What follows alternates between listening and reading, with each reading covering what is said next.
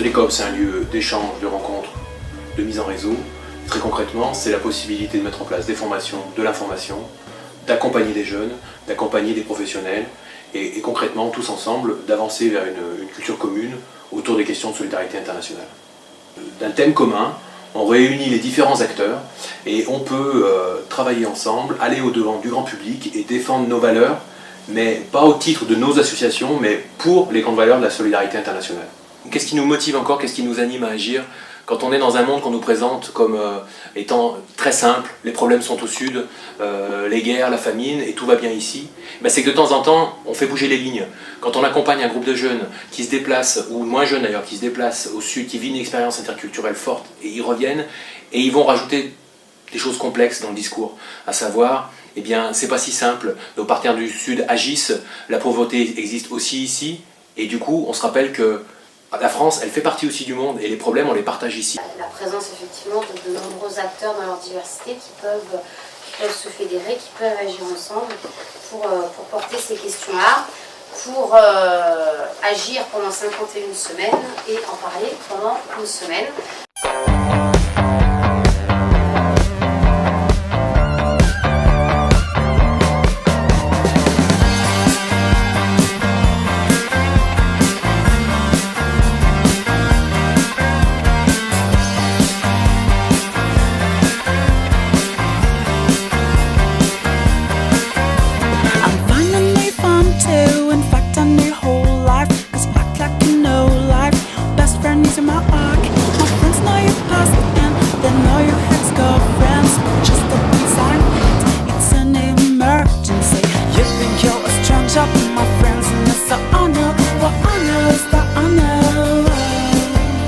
So you think you're a stranger, my friends, and it's an honor. What I know is that I know, but you don't know. I'm such a new place with some of my friends.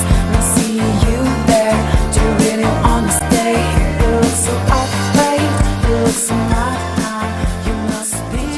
Une semaine particulière, un coup de projecteur sur les associations qui se mobilisent toute l'année pour porter la solidarité internationale. Et en fait, cette semaine, c'est l'occasion de rencontrer toute la société, tous les habitants de Rhône-Alpes et de la France, de les rencontrer et de les sensibiliser aux enjeux internationaux. Mais les élus ne peuvent pas rester tout seuls pour travailler, pour porter ces projets. On a besoin de la société civile, on a besoin de l'engagement, de la compréhension, de la participation de la société civile, de la mobilisation pour nous accompagner. Il faut se réveiller, on ne peut pas rester dans une société où le racisme progresse, où on finit par dire n'importe quoi, où finalement plus rien n'a d'importance. Il faut qu'on revienne sur les fondamentaux, ce qui fait les êtres humains, ce qui fait la solidarité entre les hommes et les femmes de la planète.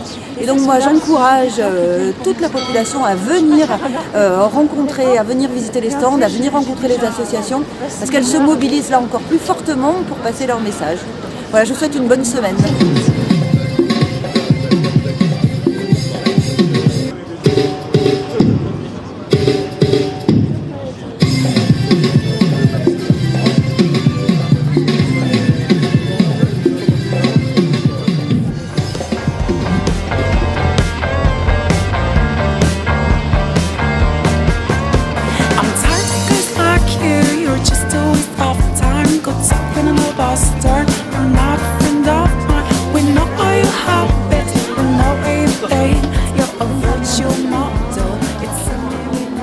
D'abord, c'est un choix que le Conseil régional a fait depuis 2004, qui est celui de soutenir cette semaine nationale de la solidarité internationale, pouvoir porter et aider les acteurs finalement sur l'ensemble des départements à mettre en avant des initiatives de solidarité internationale, à sensibiliser la population, mais que la région Rhône-Alpes a au contraire tout un sens à donner à son engagement pour le développement international, pour des coopérations nord-sud.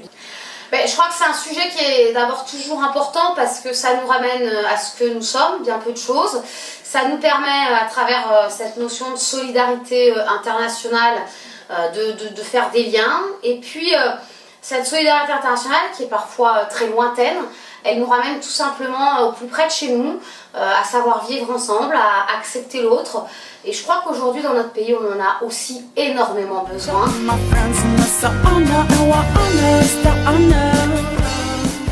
Une table ronde, on l'espère, qui va permettre de mettre à l'honneur des échanges, des valeurs, mais aussi les actions et les acteurs.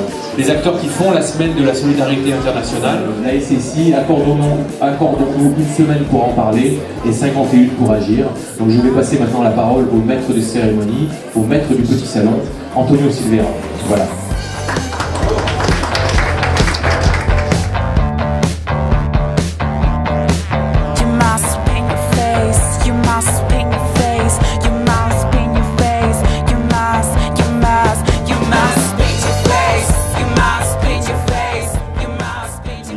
La musique en Afrique de l'Ouest, par les soumous, par le balafon, par la kora, par la guitare. Bon, ce que nous, Africains, on remarque de la solidarité Nord-Sud, c'est vous nous offrez les salles et puis nous, on amène notre musique. Pour faire que la solidarité, c'est là-bas et ici. Voilà, je vous remercie. Merci Laetitia, merci au Coordinateur français. Alors qu'on s'est rendu compte que ce qui était important, c'était de lutter contre les causes de cette faim dans le monde. C'est vrai que c'est petit ce qu'on fait, c'est petit, mais on n'arrête pas de se dire on n'en fait pas assez.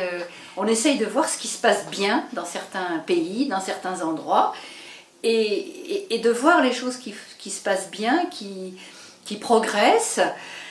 On redevient un petit peu optimiste. Alors bon, on ne sera pas en 2015 que la faim va être éradiquée, hein. C'est sûr, c'est sûr. Chaque matin, on est des milliards d'êtres humains à se lever avec une préoccupation commune, c'est manger. Et chaque jour, notre assiette nous relie à plein de personnes différentes dans le monde. Et on détient tous une partie de la solution à la faim dans le monde.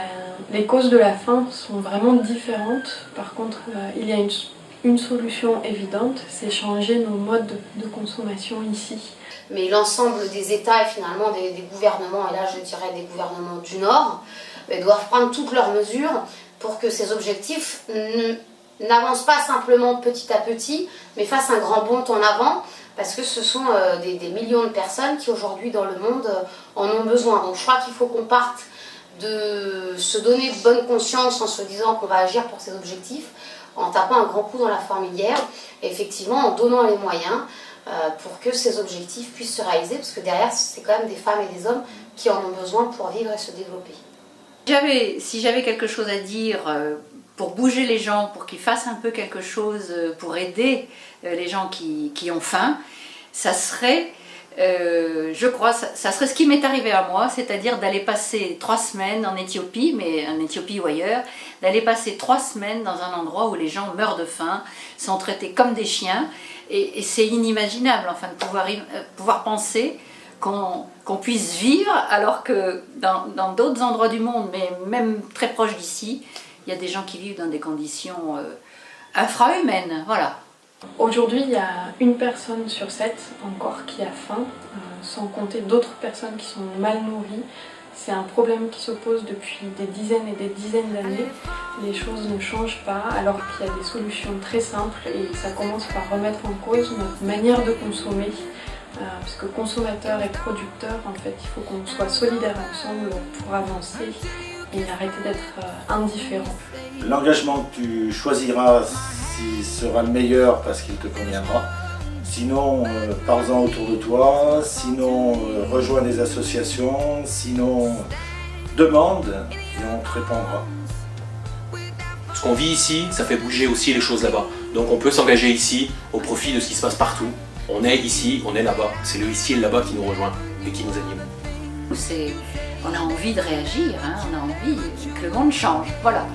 Demain, la faim n'existe plus. Engage-toi.